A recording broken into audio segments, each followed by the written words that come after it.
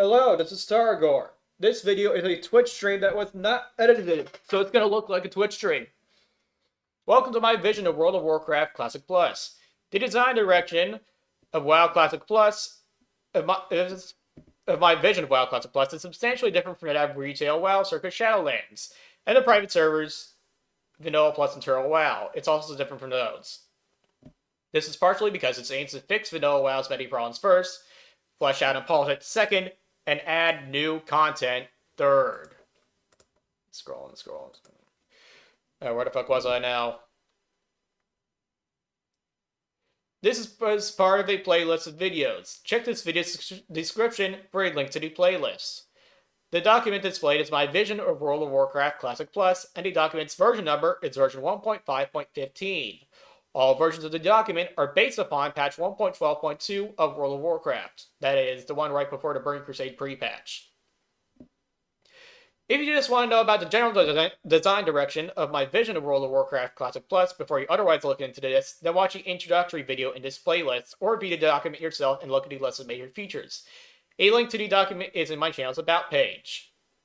That, and I do not have a team of people working with me to make an actual private server out of this. This is all pure design thus far, and it ain't done yet. I need some water.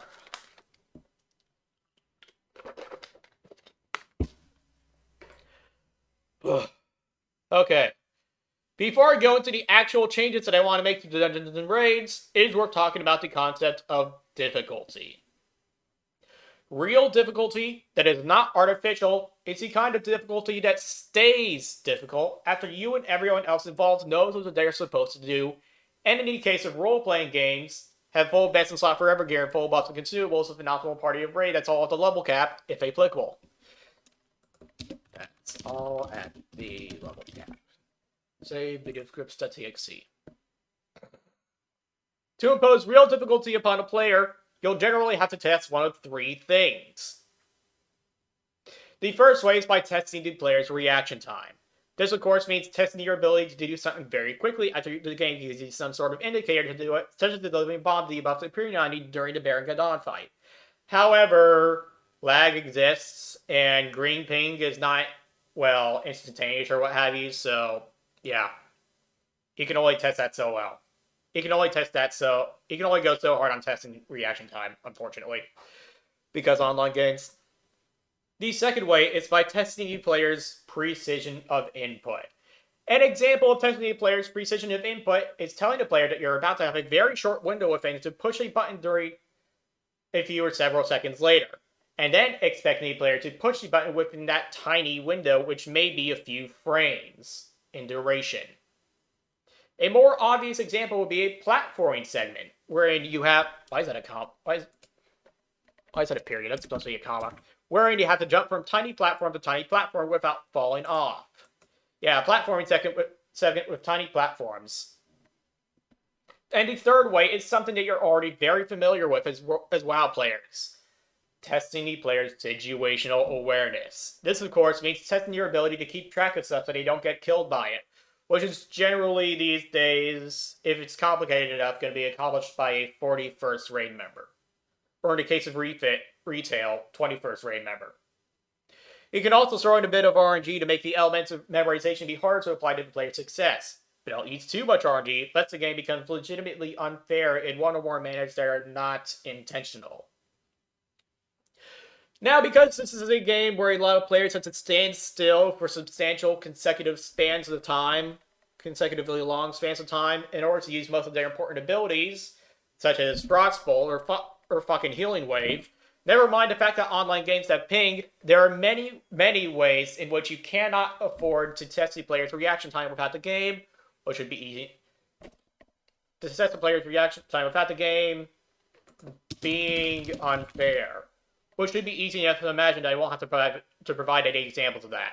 However, with some creativity, you can still test the player's reaction time despite that and the existence of ping, provided that ping can safely be expected to be around 100 milliseconds or lower, which is also known as green ping. Technology is good enough these days that they can expect nearly all players to have green ping if their connections to a server in their region, and it's only going to get better unless mankind goes extinct in the near future, which it probably will, but I digress. Anyway, most MMORPGs these days, as far as I know, make heavy use of Simon Says and such sort of disco floor mechanics in order to impose difficulty upon their players in their raid encounters, etc. and whatnot. Those are tests of situational awareness, and in the case of Simon Says, it also requires some foreknowledge of the raid's mechanics. Otherwise, it's gonna put text in your face like you just like big text in the middle of the screen that says dodge a lava waste or something like that. Ugh, that's awful. For reasons I don't feel like going into right now. Anyway, set of MMORPGs also make light usage of the concept of testing the player's reaction time, but as far as I know, they don't test the precision of input much. However, when I eventually get around to revamping the mechanics of every raid boss and most raid mobs, they are going to test precision of input, reaction time, and situational awareness somewhat evenly, except there might not be as many tests of reaction time as I'd like for there to be for reasons that I have already explained. Now, onto the changes made to dungeons and raids in general. There's a lot more to go over than just the concept of difficulty. Do this. NPCs in general will receive sweeping changes, including changes that make most elite mobs be harder to kill. See section number 4.0.3, Sweeping NPC Changes, for more information. I'll be covering that in a later video. Zolgrub, AK-20, and world bosses that were not 40-man raids will be turned into 40-man raids. How did I forget that part?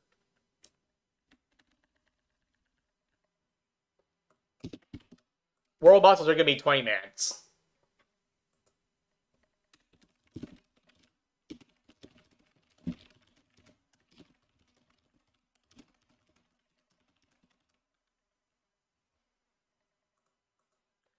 Yeah, Zilgrub and AK-20 will be turned into 40-man raids. And all instance 40-man raids, including Zolgrub and AK-20, which will have 7-day resets, will be retuned to be of such a high difficulty that it will not realistically be possible for the top guilds to clear the raid without having more than 37 players who are not laggy and know what they are doing and are in full pre-raid best in slot gear, epics not included, while being fully buffed and stacking consumables, including flasks, but not including non-portable world buffs, which are massively nerfed. See section number 4.0.10 for more details. World buffs, on the other hand, are going to be tuned to be 20-man raids. If I recall correctly, they already kind of were. Well, anyway, yeah, world buffs are going to be 20-man raids because PvP is a thing. The classic not plus raid frames will be used with the exception that you can reorganize the group frames in ways that you could not before so that you, for example, can drag the groups around like you could with the old raid frames. When I say classic not plus raid frames, I mean before Burning Crusade Classic. That's a classic I played before Burning Crusade Classic. You cannot change your raid composition, including who is in which group in the raid, while anybody in the raid is in combat. You cannot zone into a non-battleground instance that contains a raid group if you're in the group while anyone inside is in combat. And removing a person from a raid group during combat will cause the game to remember which group in the raid group the composition that person was in until everyone in the raid group exits combat. So that if you invite the person back, the person is automatically put back into that group, and so you can't use kicking a guy and then inviting him back as a limited workaround to not being able to move people around in the raid competition during combat. This means, among other things, that you will not constantly be swapping shamans around in your raid group composition in order to get more usage out of their totems than you're intended to be able to get. Similarly for Paladin Wars.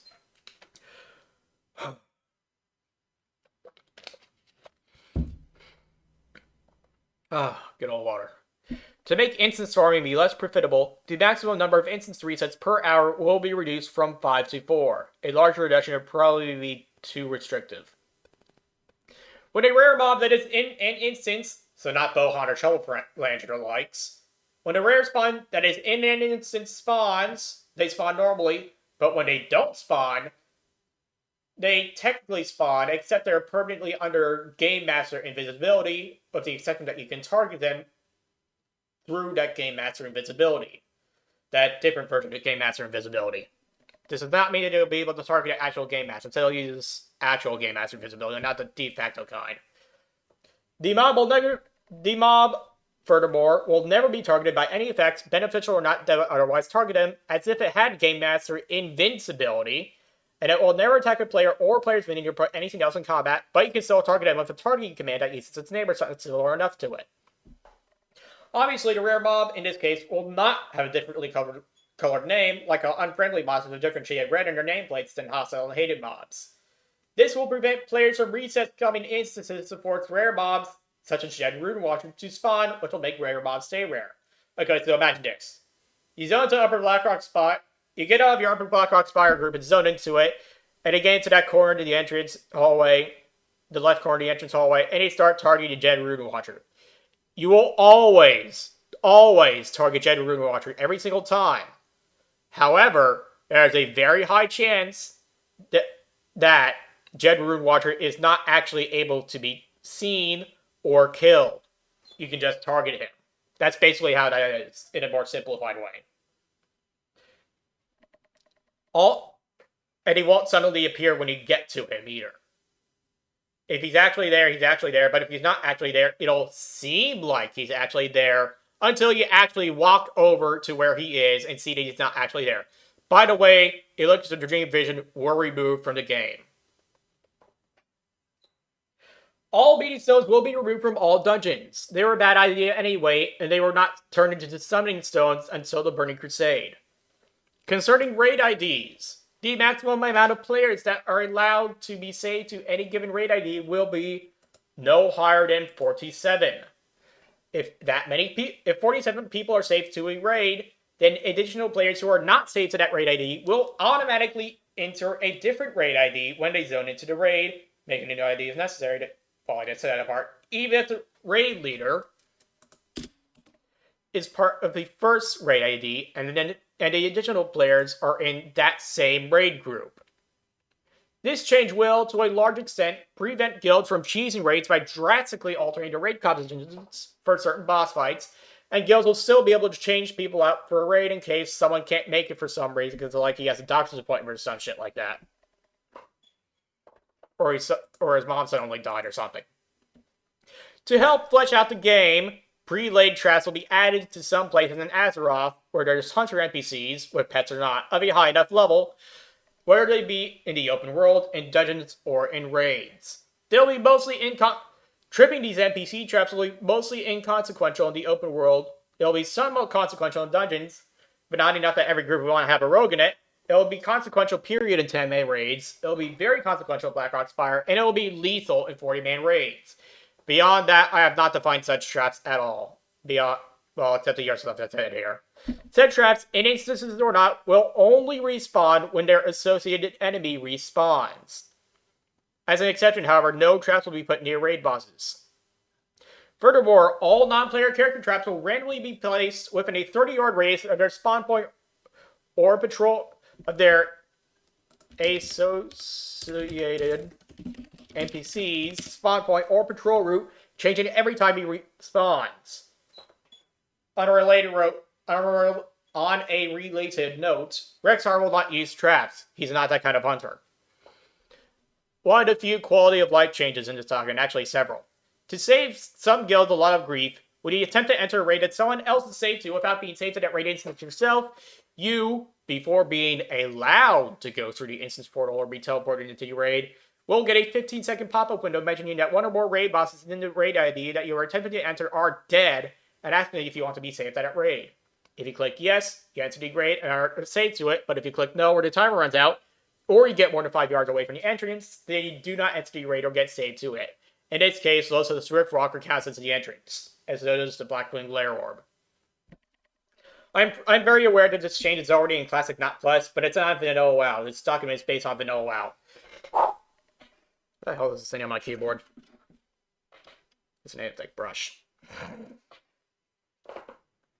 In order to cause statement and amplify magic to not trivialize certain raid bosses, I will change said raid bosses accordingly for damage magic by making small damage values, but not big ones, hit harder, but not as much harder as damage magic reduces the incoming damage by, and for amplify magic by implementing a small mana burn mechanic, a different small mana burn mechanic for each relevant raid boss. I have not gotten around to this yet. Do know, however, that amplify and dampen magic were also changed to have I'll just mention it later when I get around to the mage video. To the video on mages. To effectively remove a source of non-competitive income, all enemies in all dungeons and raids, as well as all enemies of the same names that are outside of dungeons and raids, so some outdoor elite enemies that are near instance entrances, such as guys in the Scarlet Monastery entrance that are also in Graveyard. Those guys are going to have 80% less loot in their pickpocketing loot tables, including their pocket change. All players will not be allowed to be saved to more than 2 40-man raids that are not in Nyx's lair at once. That is, if a player attempts to enter a 40-man raid other than a Nyx's lair that are not saved to, while being saved to 2 other 40-man raids that are not in Nyx's lair for that week, then a player will not be allowed to enter a third 40-man raid that is not in Nyx's lair until the weekly raid reset occurs. Otherwise, people are going to be doing a fuck ton of raiding per week and are going to get burnt out of the game really fucking fast. It's being done to save people from themselves. To save raiders from themselves. However, this change does not save them from just raiding on their alts instead. Speaking of which, this Vision of WoW Classic Plus is very alt-friendly. Very, very alt-friendly. And not in the way that Wrath is. The uninstanced portions of all dungeons, such as where the quest A Host of Evil takes place, will have the level ranges be raised to that of the instance portions of their respective dungeons, and the relevant quests will have their levels increased and quest rewards increased/buffed accordingly. The following bosses will have their level, but not loot, reduced by 1. They'll have their level, but not their item level or loot reduced by 1. Twilight Lord Kelris, Basil Thread, Archmage Argol, Anti-Soul, Chief Ukor Sandscalp, and Jabalandi Prophet. This will discourage people from being over-leveled to do those dungeons. The following bosses will have their level, but not the level of their loot, reduced by 2. Arcadus and Shade of Aranicus. If you are in a dungeon group, while in an instance, and then you leave the group or get kicked out of it, you, as before, will be automatically kicked out of the instance, but this will be accomplished by killing you, without durability damage, after the 1-minute timer is up, and preventing your corpse from being resurrected until you resurrect yourself by running to the instance entrance, but not inside of it, causing you to have to either do a corpse run or take great sickness to come back to life. This will prevent players from abusing ghetto herping for fast travel. Although this could, unfortunately, be used to avoid repair bills, replacing a problem with a much smaller problem. Merely entering a 40-man raid will immediately get you saved to the raid. Trash mobs will no longer respawn in 40-man raids. Obvious exceptions are included, such as flame instance and suppression room mobs, but not mobs such as lava surges or molten destroyers that had originally stopped respawning after the corresponding boss is slain. So enemies that don't actually drop loot are not going to respawn. Will still respawn. Enemies that don't drop loot will respawn. Everything else will not respawn. And if that poses an issue, then whichever enemies are going to stop dropping loot. This is to prevent people from farming trash mobs to raid epics to get more raid loot per week than is intended. And Nexus Crystals. Don't forget Nexus Crystals. Actually, hold on. Nexus Crystals. Oh, yeah, I forgot I removed Nexus Crystals from the game. I forgot. Now, where was I? So, yeah, not Nexus Crystals. I got rid of those. When the first enemies, or the guys before Razor Gore, that get killed in the Molten Core, gets killed in the Molten Core, Blackwing Glare, Zolgrub, or the Words of Encourage is slain, a 12-hour timer will begin.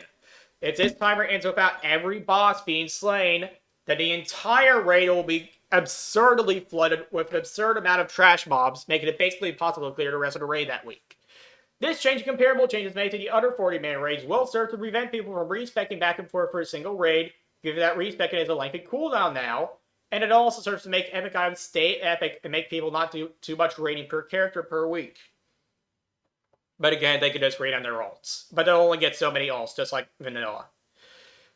40-man raids, other than Onyxia, will have 2 rare spawn bosses per raid, while AQ40 will have 4, and Nax, that is Temple of Encourage, will have 4, and Nax will have 8.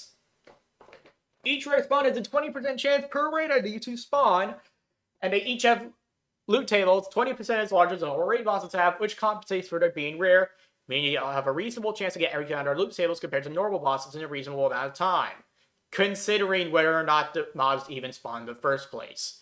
These rare spawns will all replace specific trash mobs in your raids when they spawn, and they'll be in optional locations where applicable. And you will not be required to kill... And trash mob flooding timers will not require you to kill these rare spawns.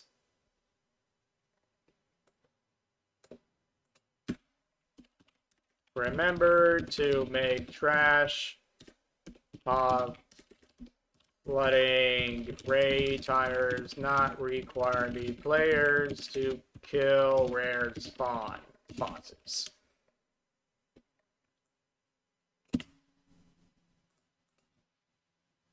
Now, where was I?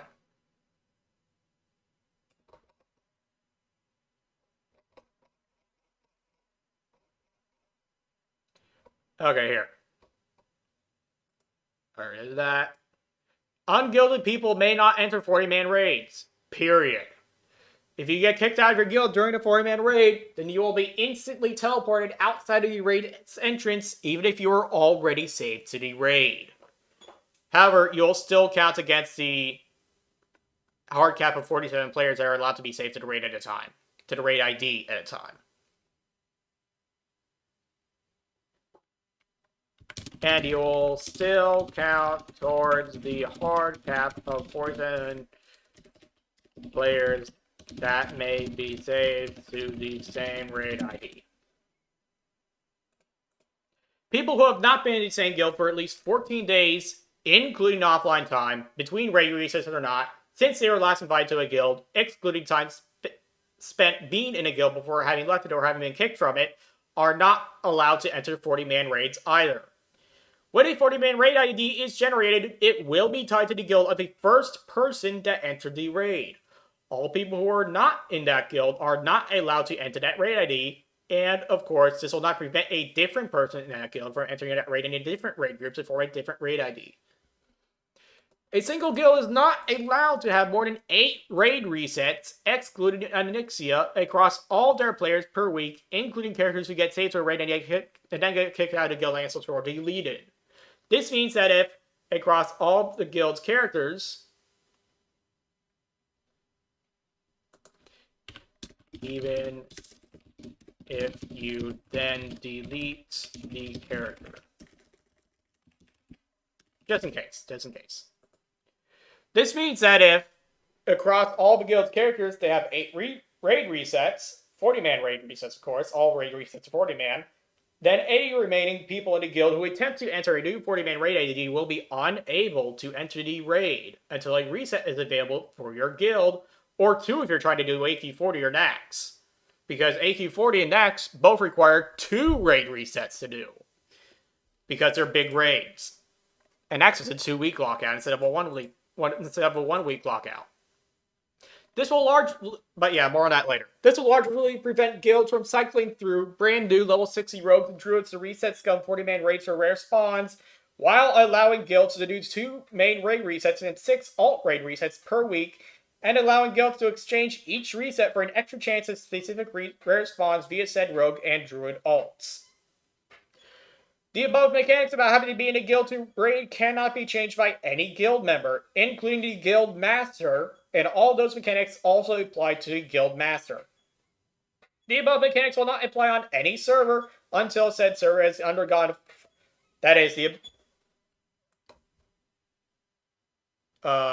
these mechanics. These mechanics that are highlighted right now will not apply on any server until said server has undergone 4 weekly raid resets, after which point consecutive time spent having been in the same guild will be retroactively counted towards the meeting of the highlighted requirements. And all of those changes would damage a game. They prevent far more damage over time than they would inflict over time. I also might change it so that instead of being unable to enter raids, you'll be unable to obtain stuff under the raw gold from raids, but will be able to enter them. The following bosses will be changed such that pulling them will automatically pull all nearby enemies within a set area of the map. not radius of the boss. A different area for each boss, of course. Jiragashi Invoker. Rattlesnout, maybe. Glutton. Meshlock the Harvester. In his case, boss within a 60-yard radius of them. Rock Grip. Atalarion. General Angerforge. Lord Incendius. Phineas Darkfire. Pilot Ormok. Spirestone Butcher. Spirestone Magus. Spirestone Battlelord. Shadowhunter Voshkajin. Bannock Grimax. The new Lower Blackrock Spire boss, see below. Mutter Smolderwood. Crystal Fang. Overlord Wormflack, maybe. Hydra Spawn. Alzin the Wild Shaper. Guard Moldar. Guard Fengus. Guard Slipkick. Rattlegore. Goldbag the Incinerator. Silverhorn Harbinger. High Priest Phenoxus. High Priest Sekal. Zealot Zad. Zealot Lorcon. And possibly some bosses of the Dead Mines, AQ40, and Nax I have not properly checked out yet. As well as rare spawn 40-man raid bosses that I've yet to implement. And these bosses will, when aggroed, attempt to pull the relevant mobs once per second until they die or de-aggro. All versions of Unbouncing Strike, the raid mob ability / raid boss ability, will simply prevent blocking, dodging, and parrying, and increase the chance to receive the crushing blow by plus 30% for its duration on top of the damage that it deals. All 40-man, that is tentatively, this is a tentative change. That was. All 40-man raid bosses will no longer know Thrash, which is basically Wind Fury weapon. The existence of those mechanics would simply mean that I would need to make those bosses hit softly enough that you can tank them without a shield except when they thrash. Some exceptions to this might be made, and some compensation will be given to bosses that have mechanics taken away from them in the form of new mechanics. For example, I'm pretty sure Firemaw knows Thrash, so instead of him hitting hard enough to kill a tank in 3 hits, so instead of him hitting hard enough to kill a tank without a shield in 3 hits, he's going to hit hard enough to kill a tank without a shield in 1 hit. Provided that the 3 hits are crits and that 1 hit is a crit. Of course, if you wear a shield, you're not going to get one-shotted. I'm also going to have to do something about Fire Breath not happening on the same exact instant that he melees you. Turning into a spell cast, and then the attack timer would be desynchronized or some shit. I'll figure that out later. All enrage mechanics known by 40-man raid boss and bosses that are not enrage timers will have a cast time whose duration depends upon the mob. It can be interrupted by Tranquilizing Shot, which will ignore immunity to spell interruption. Letting a raid mob or boss hit the tank while enraged will typically one-shot any fully buffed tank from full hit points without defensive cooldowns. And that's in slot forever gear. Yeah, letting a raid mob or boss hit the tank while enraged will typically one-shot any fully buffed tank in best slot forever gear from full hit points without defensive cooldowns, such as shield wall, unless the attack misses, it's dodged, or gets parried. All attackable enemies outside of what are now 40-man raids that were level 63, including skull level enemies, will have their levels lowered to 62. So those skull level enemies are going to be level 62 instead. This will prevent them from dropping items such as T-Boost Blazing Longsword, which technically count as 40-man raid epics due to their item level being 65. All 10 and 20-man raids except for Blackrock Depths will require level 58 to 68 enter, and all 40-man raids will require level 60 enter, and the quest level requirements will be changed accordingly, as well as the quest rewards.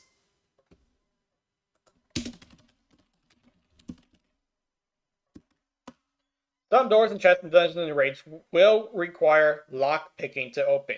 See section number 4.0.8, changes related to lockpicking, under section 4 World, for more details. Oh, by the way, level 62 mobs are going to have of course, a teeny tiny chance to drop level 59 epics, which if I recall correctly is just Blade of Fana, which is almost a 40-man raid epic. Anyway, yeah, that's section number 2.0.2 of my document, General Dungeon Raid Changes. Thanks for watching, and there's going to be more videos in this playlist.